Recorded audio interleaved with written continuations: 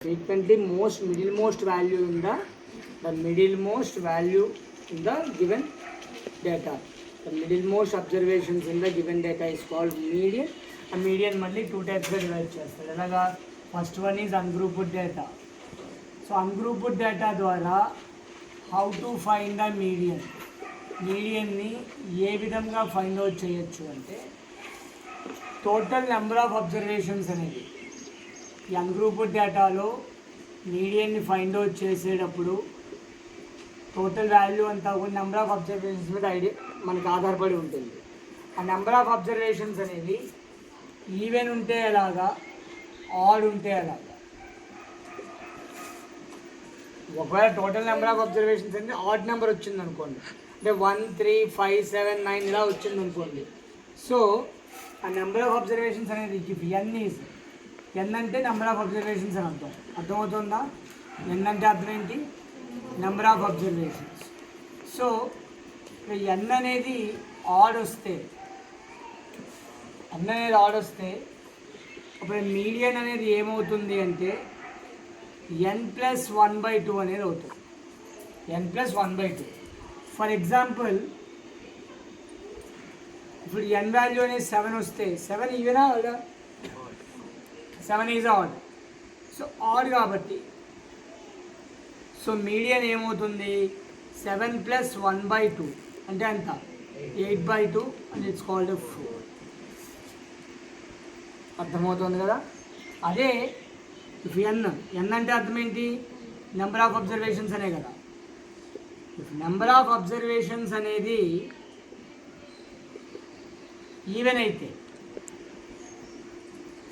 Even అయిందనుకో, అప్పుడు median ఏమవుతుంది అంటే n/2, n/2+1 అనేది అవుతుంది.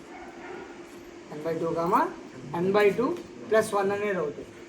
ఫర్ ఎగ్జాంపుల్ ఎన్ వాల్యూ అనేది 8 తీసుకుందాం. 8 అనేది ఈవెనే కదా. సో అప్పుడు మీడియన్ ఏమవుతుంది?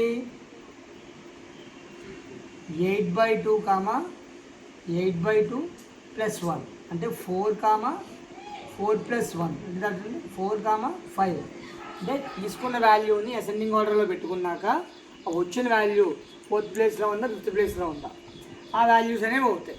అది మీడియన్ అవుతుంది. ఇది దేనికి? Grouped data. ఈ ప్రాసెస్ అంతా దేనికి? Grouped data. ముందు ఇది ఫైండ్ అవుట్ చేసే ముందు ఇచ్చిన డేటాని మనము అసెండింగ్ ఆర్డర్లో అరేంజ్ చేసుకోవాలి. అర్థమవుతుందా? ఏ ఆర్డర్లో అరేంజ్ చేసుకోవాలి? అసెండింగ్ ఆర్డర్లో అరేంజ్ చేసుకోవాలి. అసెండింగ్ ఆర్డర్ని అరేంజ్ చేసుకున్నాకే అది ఈవెన్ ఆర్డర్ అనేది మనం ఫైండ్ అవుట్ చేసుకుంటూ వెళ్తాం. సో ఇప్పుడు ఇది మనకి అన్గ్రూప్డ్ డేటా. ఇప్పుడు గ్రూప్డ్ డేటాకి median in grouped data.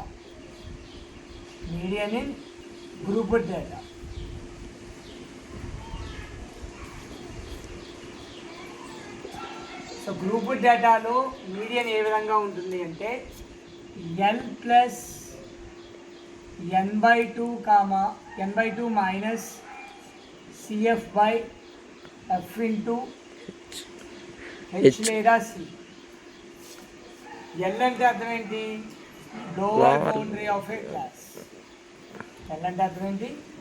Lower boundary of a class. ఏ క్లాస్ అవుతుంది? ఎక్కడైతే ఫ్రీక్వెన్సీ ఉందో ఆ ఫ్రీక్వెన్సీ పక్కన క్లాస్ ఇంటర్వెల్ ఉంటుంది కదా, ఆ క్లాస్ ఇంటర్వెల్లో ఏదైతే లోవర్ బౌండరీ ఉంటుందో అది లోవర్ బౌండరీ అవుతుంది ఇక్కడ క్లాస్కి. అర్థమవుతుంది కదా? నెక్స్ట్ CF అంటే అర్థం ఏంటి? Cumulative frequency of preceding. Cumulative frequency. CF అంటే అర్థం ఏంటి? Cumulative frequency. అంటే ఏదైతే మనం ఫ్రీక్వెన్సీ తీసుకుంటున్నామో ఆ ఫ్రీక్వెన్సీలో ఏదైతే హయ్యెస్ట్ వాల్యూ ఉంటుందో ఆ హయ్యెస్ట్ వాల్యూ ఆపోజిట్లో ఉన్న ఫ్రీక్వెన్సీకి పైన ఉన్నది క్యుములేటివ్ ఫ్రీక్వెన్సీ అవుతుంది. వాట్ ఈస్ ద ఆర్డర్ అనేది? అది క్యుములేటివ్ ఫ్రీక్వెన్సీ అవుతుంది. తర్వాత F in the sense frequency of A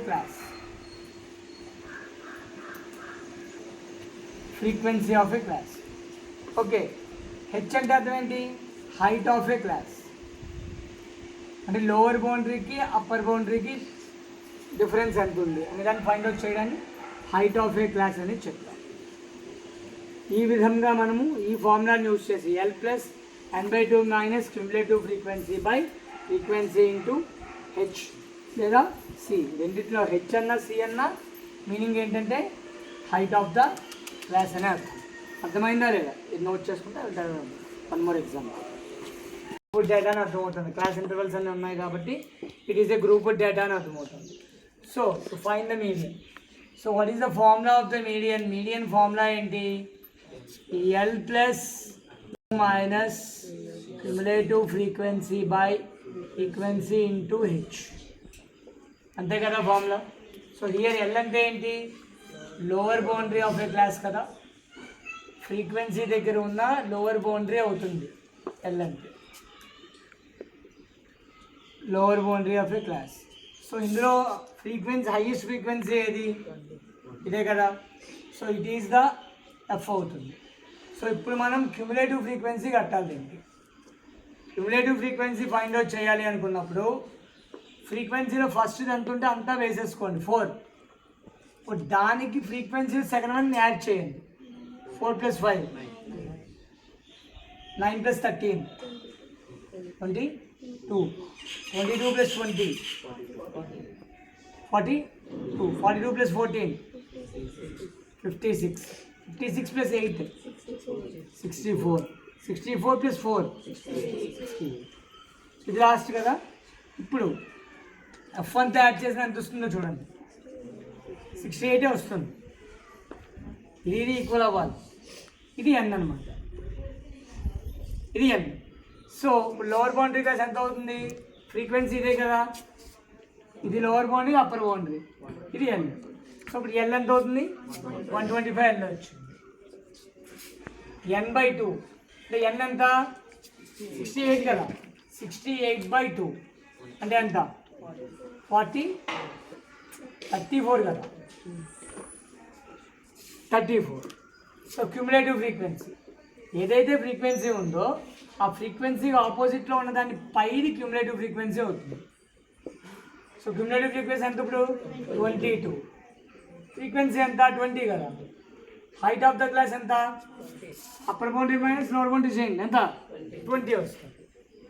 so formula ఏంటి? L plus n/2 minus cumulative frequency by frequency into H నాన్న. సో L అంటే ఎంత? 125 ప్లస్ n/2 వాల్యూ ఆల్రెడీ వస్తున్నాం, ఎంత? 34 మైనస్ క్యుములేటివ్ ఫ్రీక్వెన్సీ ఎంత? 22 బై నార్మల్ ఫ్రీక్వెన్సీ ఎంత? 20 into height value కూడా 20 కదా, 20 క్యాన్సిల్ అయిపోయింది. సో ఇప్పుడు ఏం మిగులుతుంది? 125 ప్లస్ 35 మైనస్ 34 నుంచి 22 తీసేస్తే 12 2 యాడ్ చేస్తే 137. ఇది ఇస్తే మీడియన్, అదే మీడియన్. అర్థమైందా లేదా? కొంచెం